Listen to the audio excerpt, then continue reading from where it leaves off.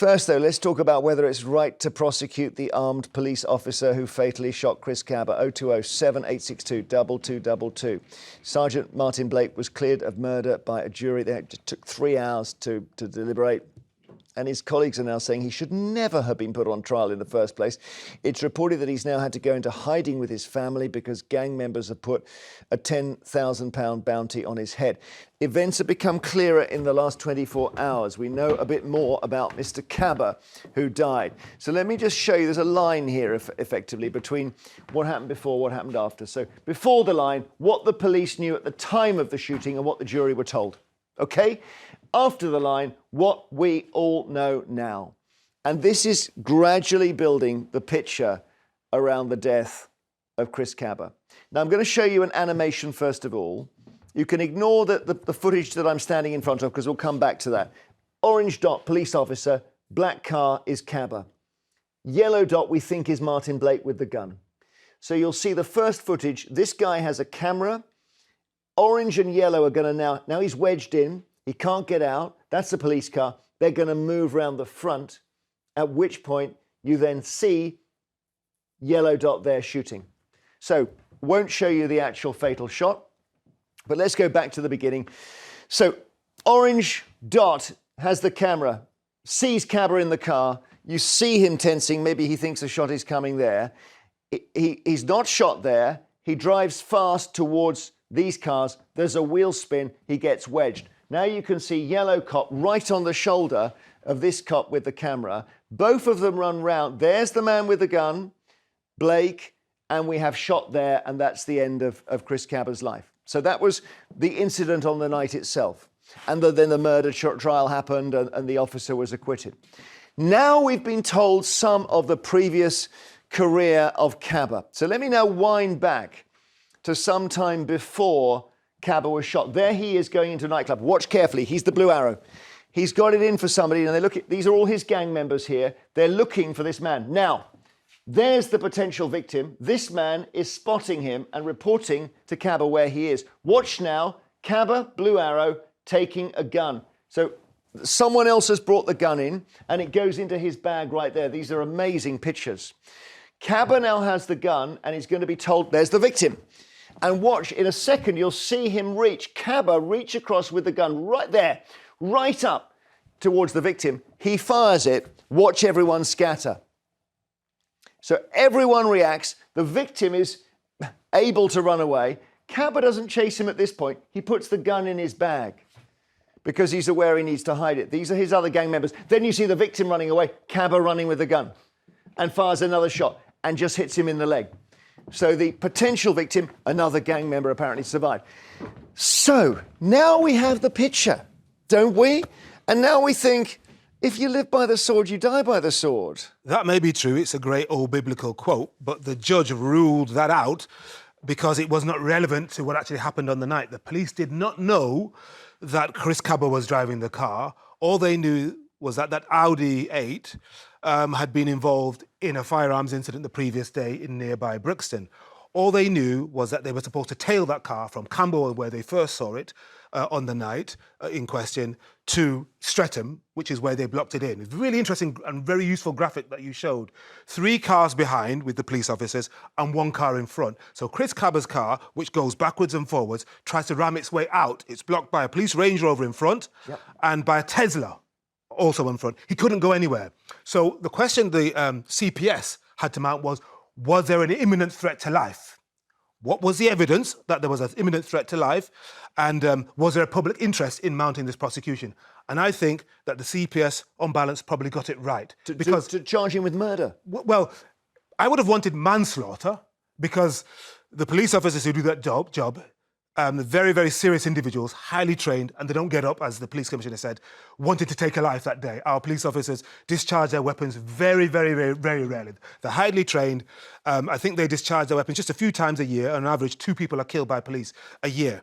But we take it very, very seriously. We don't shoot people in this country for trying to flee the police. They do in America and other countries. We don't want that here. Okay. And that's why the CPS were probably right to test this. The family of Chris Kaba has said the decision to clear the officer has left them with a deep pain of injustice. Who wants to live in a society where the police can shoot unarmed people in the forehead and be faced with no consequences. Martyn Blake didn't spend but a second in a handcuff, not a second in a jail cell. What do you think, Geoff? I'm not sure people would think that police officer didn't face any consequences. He was named in the run-up to the trial. I believe he's currently in hiding with a price, a sort of a hit price on his head. I think from the public's point of view, one of the things that will be instructive is the fact that the jury reached their decision in 3 hours. That's pretty prompt in a lot of respects. And obviously the public weren't in possession of other information. You know, they didn't know about the car used as well. So they've done it completely on merit. They knew the car. The CPS. They knew the car was implicated. What they didn't know was that Kaba was the man in the car. That's the key thing. So understandably, I do understand this. The judge said, let's take out Kaba's criminal history and not tell the jury, because it's not relevant since the officers didn't know it was him. I absolutely get that, Yeah. but the point is that they still reached a quick verdict on murder in 3 hours without that information. The CPS had all of that information. I think, you know, it's appropriate. You wish to be justice to be seen to be done, but murder is a very high tariff, and it does sound like the charge that was gone for here, there was an aspect of community relations in mind. And the point about justice is it should be pursued without fear or favour, right? It should be pursued objectively. And I guess the way that this has played out has allowed people to think that that wasn't necessarily the case here. Well, it's certainly, I mean, Henry, on a purely practical basis, they've now got a lot of firearms officers who don't want to carry guns. Well, they say they don't want to problem. carry guns, and every few years there are threats to hand back their guns. And we've seen it in the past when a police officer was suspended. I think there was a guy called Jermaine Baker, and his colleagues, the police officer's colleagues, were very, very angry, and they all threatened to hand in their weapons. Look, this is a very, very difficult and dangerous aspect of policing, and we don't take it lightly. In the case of juries and police, especially when police are in the dock, they're extremely reluctant to convict police officers at the best of times. And it is almost impossible. In fact, we've never had a police officer convicted of murder while carrying out their duties. So you might suggest... No, we've never.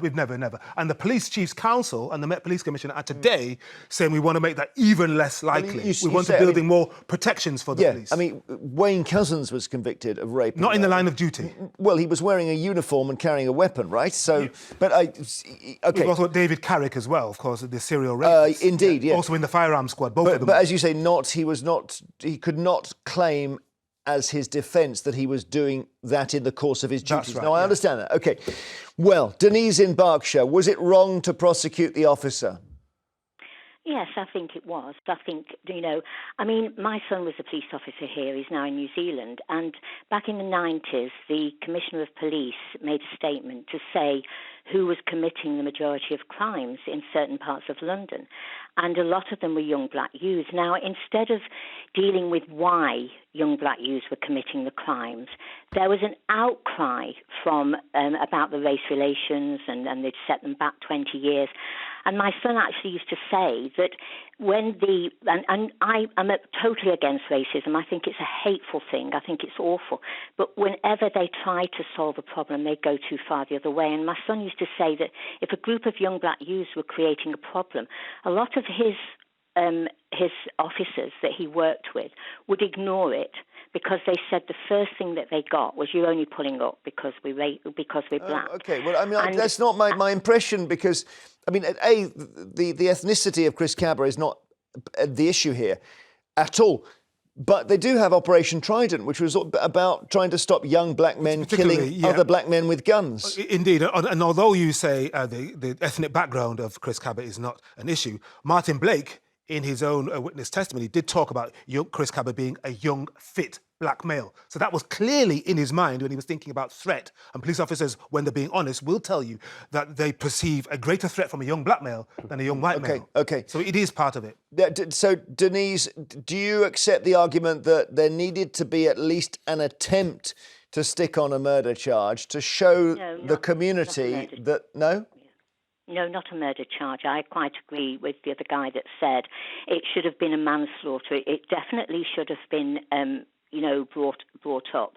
But I think the problem now is that, quite rightly, we're trying to eradicate racism, but at the same time, as I say, it goes too far the other way. And now what they're doing is, I mean, police, you've got to accept that police are doing a difficult job. More and more people are carrying arms, carrying guns, carrying knives. The police officers have to go in there, and they are always the one that are seen. They have to prove themselves before even the criminal has to prove themselves nowadays. The key test, though, was there a threat to life? And why did Martyn Blake perceive there was a threat to life? He was the only one, actually, in the line of the Audi when he ran to the front. All the other officers were on the side. But the jury have been exposed to all of that information.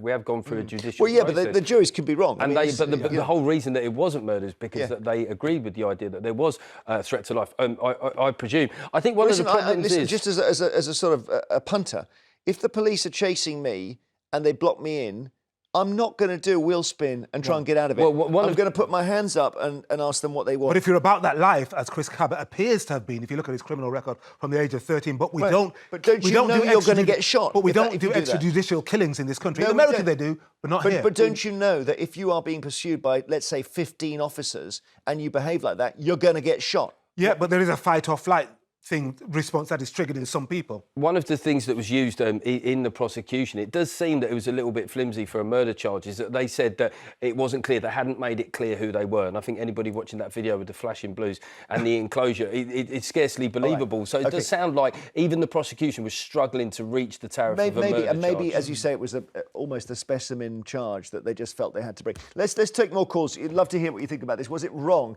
to bring any charge against the officer who shot Chris Kaba? Because now more of your calls on whether it was wrong to prosecute the officer who shot Chris Kaba dead. 0207 excuse me, 7862 2222. So Scott in Devon is calling. Hi, Scott. Good morning. Wrong to prosecute? Absolutely. Tell us why. Well, firstly, the vehicle already had intelligence through two previous shootings in the same week. So the officers knew that the vehicle potentially would have had a firearm in it at the very beginning. I'm only going to object to that on the bait. Look, let's imagine I'm a young car thief and I accidentally steal that vehicle, and the next thing I know, I've been shot by the police. That would seem to be over punishment. Okay, so there's information on the vehicle that it has been involved in two firearms incidents that week. Incident. Sorry, Scott. One incident. One incident in Brixton nearby. Let's get our facts straight. It's one incident. I believe it was two. There was an incident at the nightclub, and then there was an incident where the vehicle wasn't involved in that. But listen, keep going, Scott. So one incident, says Henry. Okay, so the car is guilty, right? But it doesn't mean the driver is. That's the key thing. Obviously, the officers are faced with what they're faced with at the time. They have to make split-second decisions. The vehicle has failed to stop when they've tried stopping the vehicle. It's tried to ram its way free. So obviously, the person in the vehicle is trying to escape. What's the next move to try and escape? If he has a firearm in the car and there are already firearms markers on the vehicle, does he next pull a gun and then start firing at officers that are trying to stop the vehicle? Well, yeah, I mean, it is worth us saying that if you drive a car at 80 miles an hour in London, you will kill someone. So that the car is a weapon too. But the car was driving at 12 miles an hour. No, if he gets away, he'll kill someone by crashing into 24 million cars. The police pull over people in dangerous circumstances each and every day, okay? Now, this car had a marker on it, but we do not know who's driving the car. We do not know if the car was involved in that incident the week before, had been stolen, had been borrowed, or whatever. Yeah. All the police know is that they want to stop this because it's a vehicle of interest. They don't know about the person inside, the car could not move. It was blocked in. So the next question was there a threat to life? Scott thinks that he might have pulled a gun out, and that's his reason. Thank you, Scott. Alice in Manchester, you think it was murder? Absolute murder. Tell us why. And the reason for this is that we know from the footage that the guy was trying to ram the police cars to and fro. His hands were on the steering wheel. He was not armed at that particular point. Yep. And also, the police had a choice. They didn't have to. That policeman, that I would call him a rogue policeman, did not need to shoot him in the head. They could have shot the tyres of the car. Now, for me, I'll let you know, I'm not on the side of these gangsters. I believe in capital punishment. Anyone that kills through drugs or whatever, I would like them to be to shuffle off this mortal coil. Okay, right. Well, you're getting close to the arguing against yourself here, aren't you? Jeff's coming in. I just got to come back on something. The idea that in that situation that the police could have shot out the tyres of the car, there's been a lot of expert police being on media recently saying that is really for the films. That is not a legitimate way of stopping somebody moving. That doesn't immediately take all the And also, you air get out a of the ricochet tyre. and you kill someone. You could ricochet and kill somebody. And also, if the jury have accepted this defence that there was a risk, that would not have negated that risk in the moment. Alice, go on. I have to disagree with you there because he was caught between two cars for a start.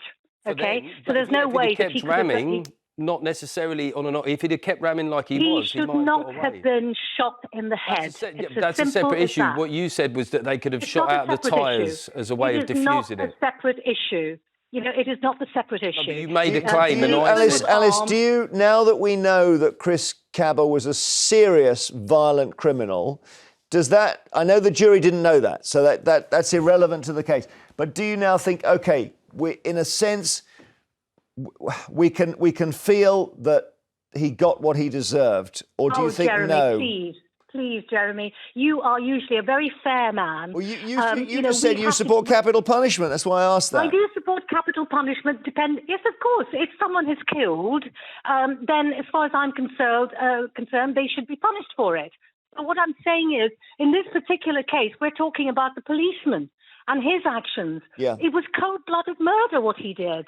Okay, thank you. Nobody wants to say that because they don't want to be say seen. it. We're happy to entertain all the spectrum here. Thank you, Alice, very much. Charlotte in County Durham. He did fire a gun in a nightclub, which is a serious crime. What do you think, Charlotte? Yes. Firstly, just a friendly correction for Henry. Dalian Atkinson, the former professional footballer, there is a police officer in prison over his death. That was manslaughter, Charlotte. That was manslaughter, not murder. We were talking about murder. But you are right. In prison. But with regard to this particular case, I think that this was one of the worst ever prosecutions I've ever seen. I think that the CPS needs shaking up and sorting out, and whoever made this decision needs to be sacked because they're just not up to the job.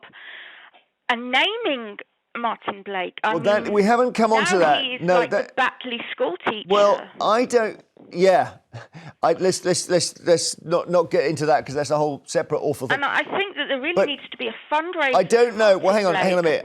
The naming of the police officer. This is really tricky because he's now marked for life, isn't he? By this, possibly. Although we've said that about previous cases, and officers have been named when they've been involved in serious cases, and nothing's happened. We hope that this officer will be safe. His picture can never be shown. It won't be shown. Well, that's a good thing. It won't be shown.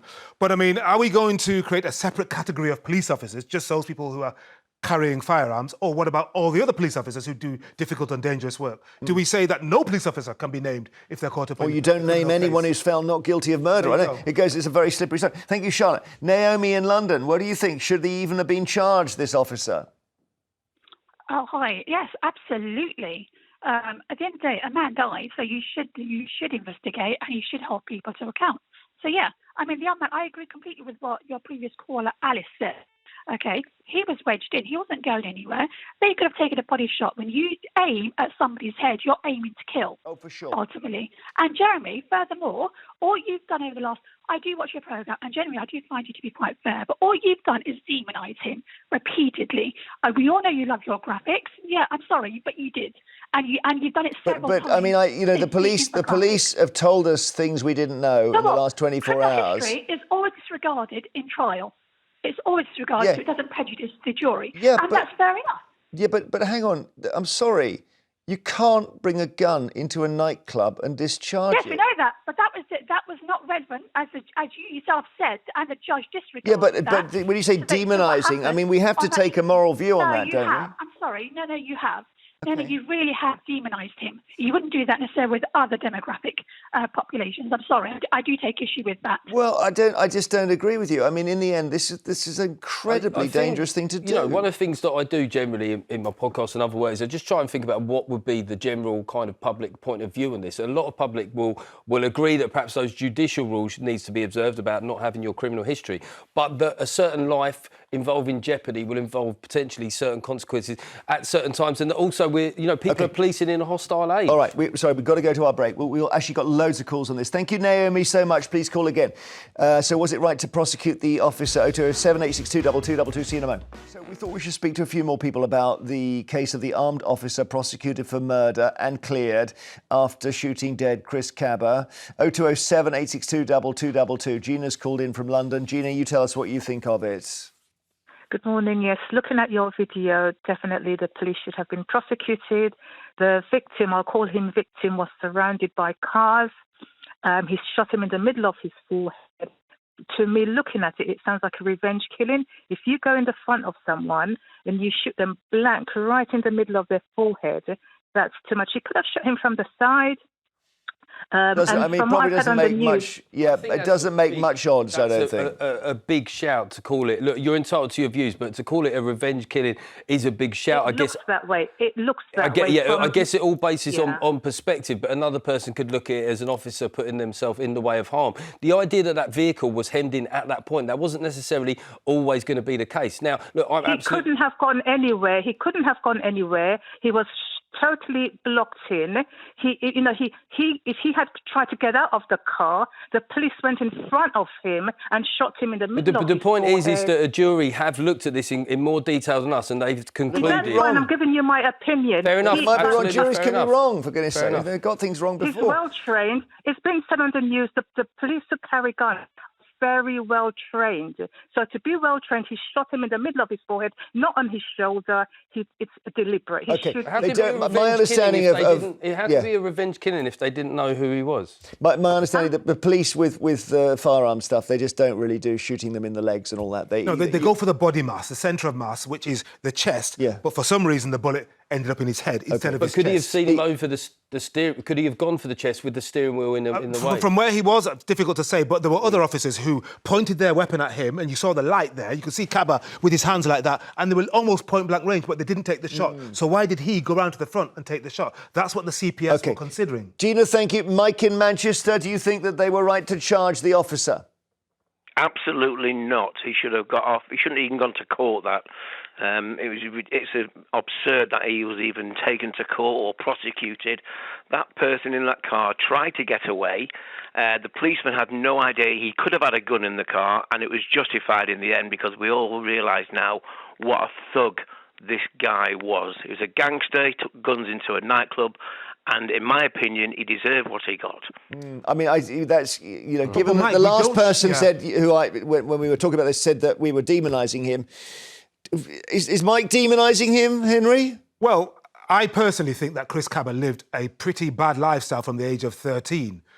We've seen his rap sheet. It looks terrible. Terrible? It looks terrible. And some people will think, great, he's off the street. But we don't shoot people for those reasons. We shoot when there's an immediate threat to life, Mike. We don't shoot people for trying to get away. We only shoot them, particularly to kill, if we think they're about to kill somebody. And Mike, this is where I would agree. Let Mike come in. Go on, Mike. Well, how do you know that gentleman in that car, I won't say gentleman, I'm going to call him a thug, didn't have a gun? He could have had a gun. He could have turned it on the police officer, and basically the roles might have been reversed. That Naomi and Alice and yourself, Henry, you're all thick, in my opinion. Are we thick? Oh, come on, man. No, Mike, come on. Thank you, Mike. Well, Mike, you're the kind of guy who wants to see all kinds of... you want the police to be able to do anything they want unless it happens to you. I want justice. That guy was a thug and a gangster. But they didn't know that at the time. Bear in mind, they didn't know it was him driving. That's the key thing, Mike. They didn't know Kaba was the guy at the wheel. Could have been Kaba's brother. I think a murder charge was too far to have gone, but equally, I do want to live in a country that investigates these things, and I don't want to live in a country where people shoot on speculation. What the point is, we've had a jury that have evaluated this context and deemed that it wasn't murder. That's the point. It's been evaluated over a 2-week trial. And we'll move on now. Thank you for all your calls. In a moment.